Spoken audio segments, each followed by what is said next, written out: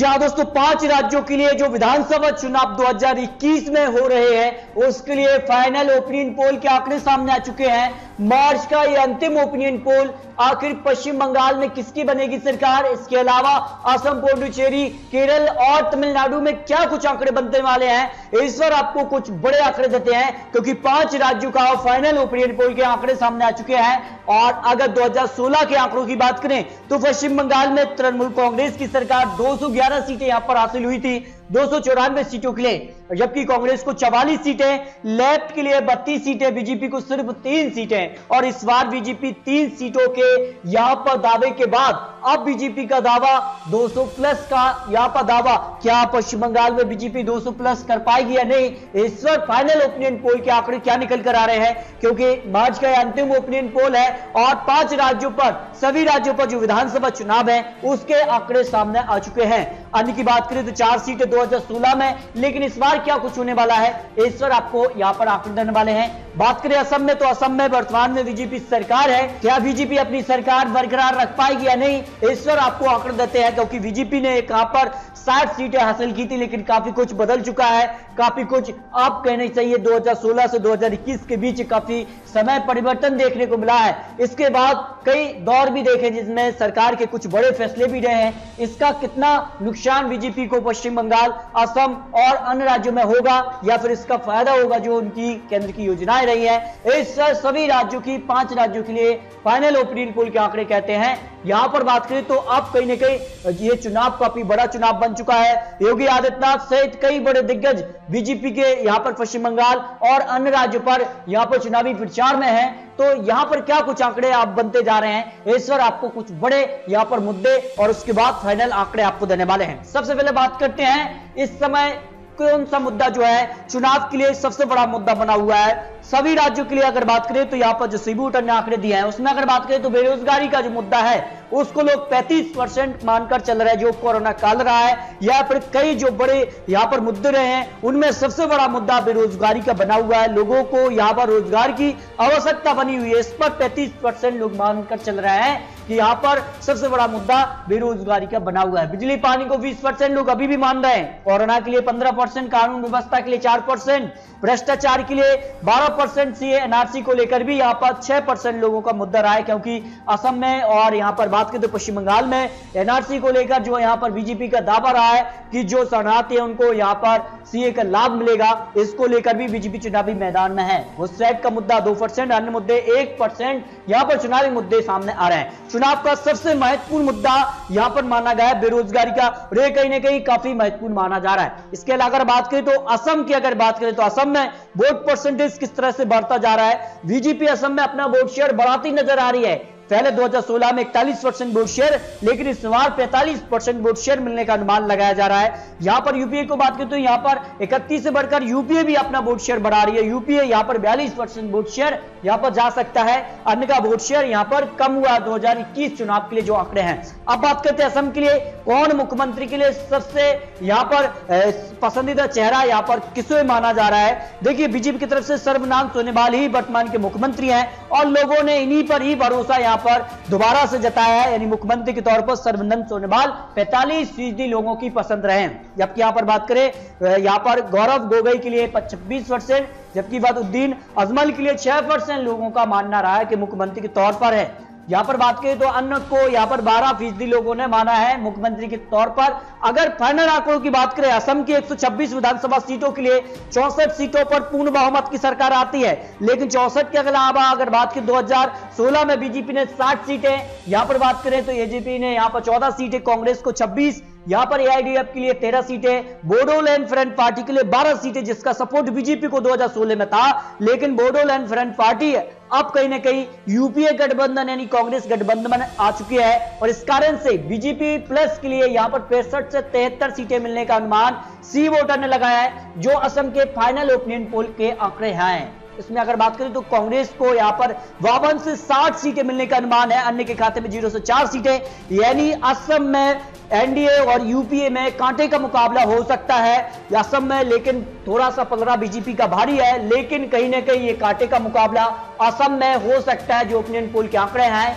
126 विधानसभा सीटें असम से आ जाती हैं, यहां पर बड़ा उलटफेर होता है। अब देखिए पश्चिम बंगाल के लिए भी यहां पर आंकड़े आए, बंगाल चुनाव के अहम मुद्दे कौन कौन से हो सकते हैं, अहम फैक्टर क्या हो सकता है, क्योंकि बंगाल चुनाव के लिए काफी महत्वपूर्ण मुद्दा बना हुआ है। यहां पर बात करें तो ममता बनर्जी अकेली चुनावी मैदान में उतर चुकी हैं, उसको यहां पर बात करें तो शरद पवार और यहां पर कह सकते शिवसेना यहां पर चुनावी मैदान में नहीं उतरी। सीधे तौर पर यहां पर सपोर्ट मिला है ममता बनर्जी को, जो यहां पर आंकड़े निकल कर आए हैं। इसके अलावा अगर बात करें तो ममता बनर्जी को यहां पर जो है AIMI और यहां पर कह सकते हैं अन्य जो एक और पार्टी यहां पर निकलकर सामने आई है, उसको यहां पर कह सकते हैं कि काफी नुकसान TMC को हो सकता है।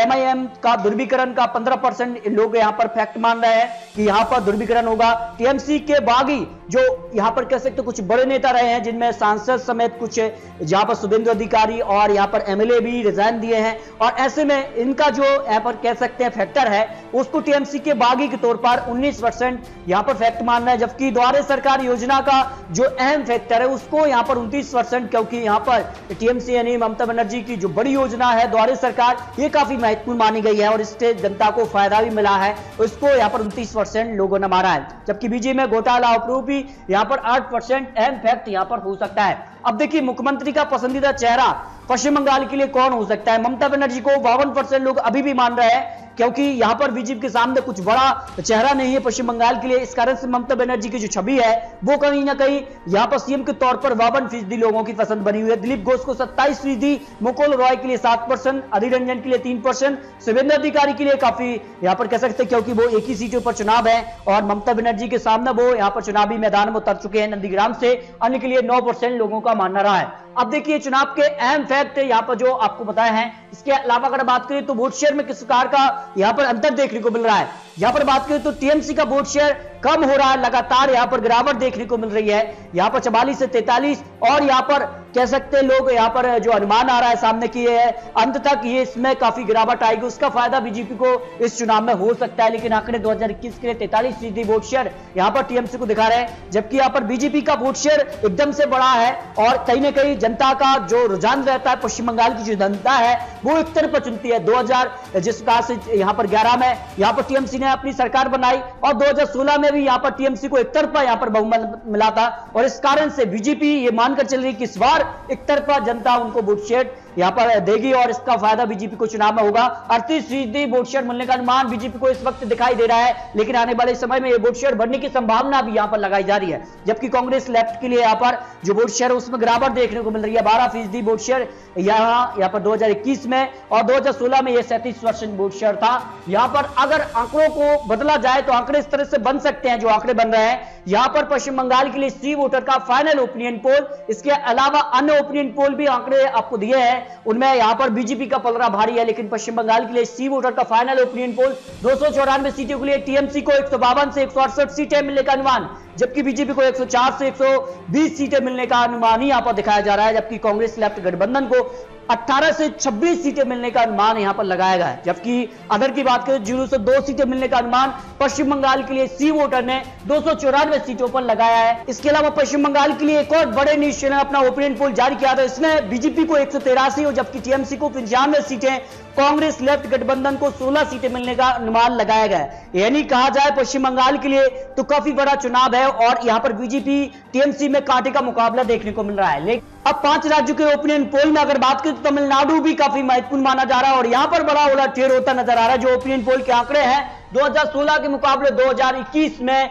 यूपीए को फायदा होता जा रहा है। जो ओपिनियन पोल के आंकड़े हैं यूपीए को 2016 में 39% वोट शेयर, लेकिन 2021 में 43% वोट शेयर मिलने का अनुमान है। जबकि एनडीए को तमिलनाडु में नुकसान हो सकता है 43% वोट शेयर 2016 में, लेकिन इस बार 30% वोट शेयर ही मिलने का अनुमान यहां पर ओपिनियन पोल ने लगाया है। यानी तमिलनाडु में बड़ा उलटफेर हो रहा है। जो सी वोटर का ओपिनियन पोल है इसमें यूपीए को 161 से 169 सीटें मिलने का अनुमान है।